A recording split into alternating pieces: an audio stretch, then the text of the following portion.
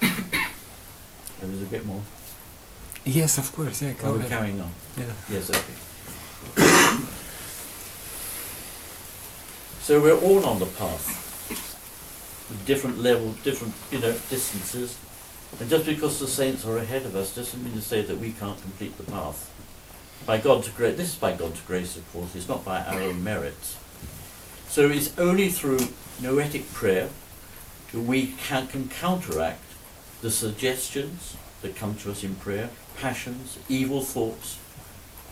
These are the only way that we can deal with them, is through the Jesus prayer. And there's no other way. On a practical level, he says that when you pray, you should pray here in the heart, here. Okay? And it's specific that you concentrate there. You do not concentrate below, because this is where the spirit of desire is. And the lower you go, you can understand that that's where the temptations come, demons. So, sexual temptation, and belly. We start praying for the belly because we love it so much. So no, I mean, on a serious level, we need to concentrate on the heart. This is very important. So when we come to read Psalms, we are prepared to read the Psalms because we're reading them from the heart. How wonderful that would be for our kleros, for the choir to sing noetically, to read on the kleros noetically. It's not impossible. Don't believe that it's only for holy people. It's for all us. This is what we're meant to be doing. St. Isaac of Syria says that once you practice this prayer, and if you get the gift from God of this prayer, you don't need prayer anymore, because you're in constant contact with God. Now he's talking about something which is far beyond our own experience. And he says that prayer is nothing but divine vision. So we start saying the prayer, and we practice it, and God will grant us the divine vision, which is the presence of God. St. Paul talks about it all the time. He says that, we only understand God partly. We don't really know. But one day we'll know him, who he is, because we are. We will become holy, and then we will be able to talk to God face to face. I mean, this is mind-blowing, isn't it? But it's what St. Paul says. And St. Isaac says this is the end product of prayer.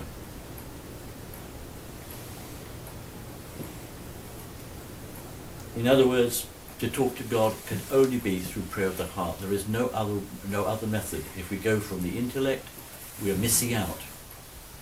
With the best intention in the world, and also it's very dangerous because then we'll have our opinion that we think, oh, that's what it should be. And so we start a new cult or a heresy. Very dangerous. But when we're praying in the heart, we're not expecting anything except to say the prayer. And the name of Jesus is powerful enough to dispel the passions and all those things which annoy us when we're trying to pray.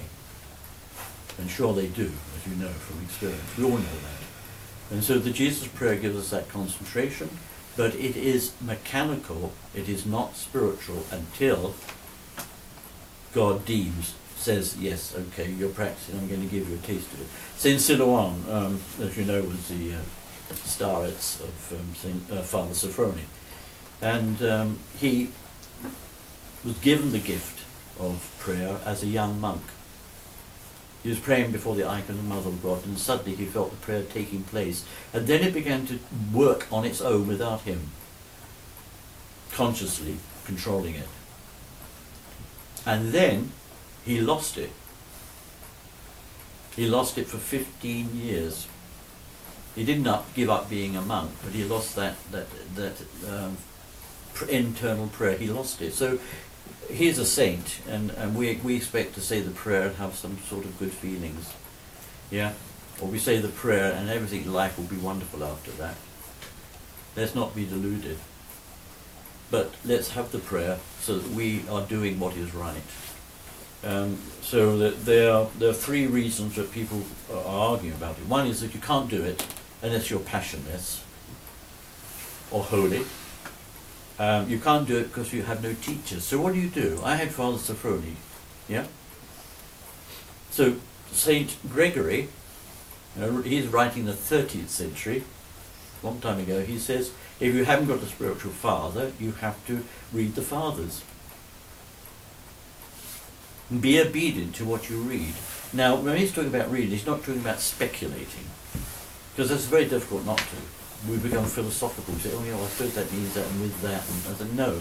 You literally take the word and you pray about it and you follow what the fathers teach.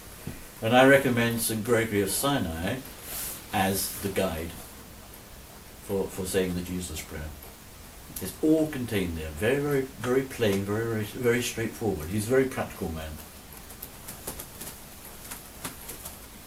The third, people won't practice the prayer because they fear of delusion.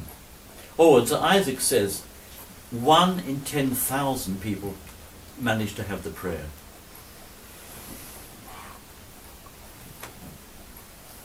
He's talking about 5th century, in the 5th century. That's probably 1 in 10,000 years. Yeah. But unless you're passionless and holy, you better be doing it. That's what I say. We need to use the prayer. I mean, I do say the prayer. I say it especially when I'm preparing for liturgy. Again, I've attached the prayer to being in the altar. I attach the prayer by being in the car.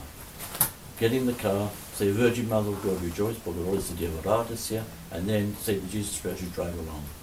And you know what? When you drive that, you don't see any bad driving. No. That's right. Everybody drives beautifully. I noticed that. And then the traffic jams that are just give it extra time for prayer, so they're a blessing. Yeah, on the I-5 coming in, down to church. I attach the Jesus Prayer to being in the altar.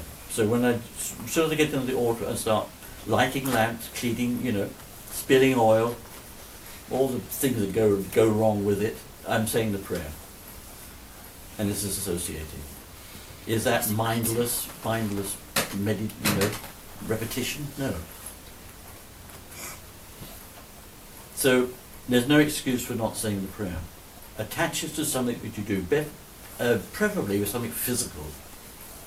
Mental is more difficult. It's not impossible, apparently. You can do that as well.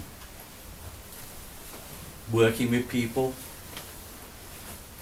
doing your social work, work in therapy, look at the effect it can have.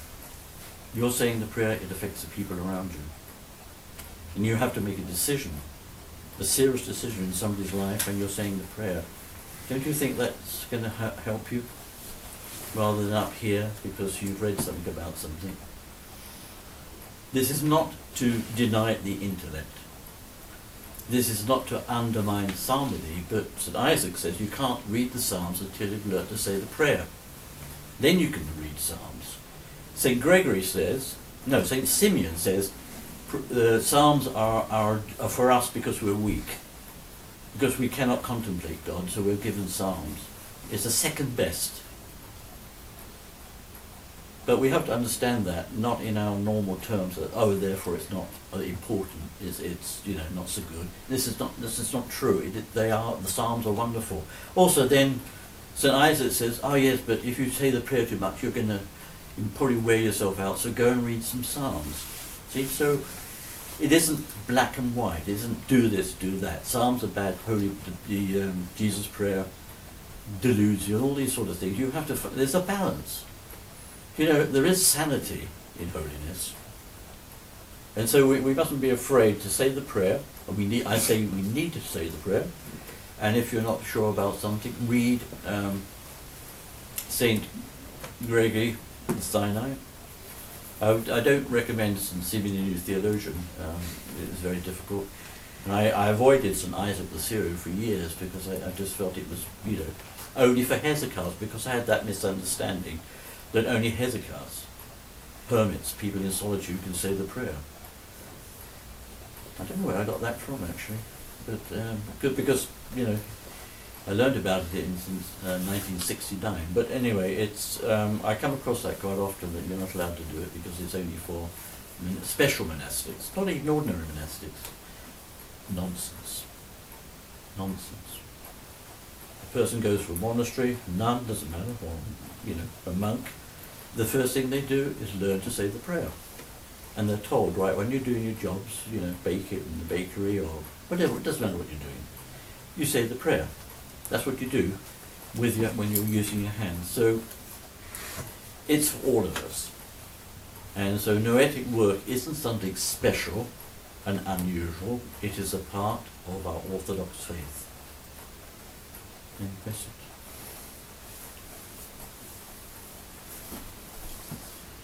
Do you have a question? No. Then I will say, hasta esto. I have a question for you. Yes, okay.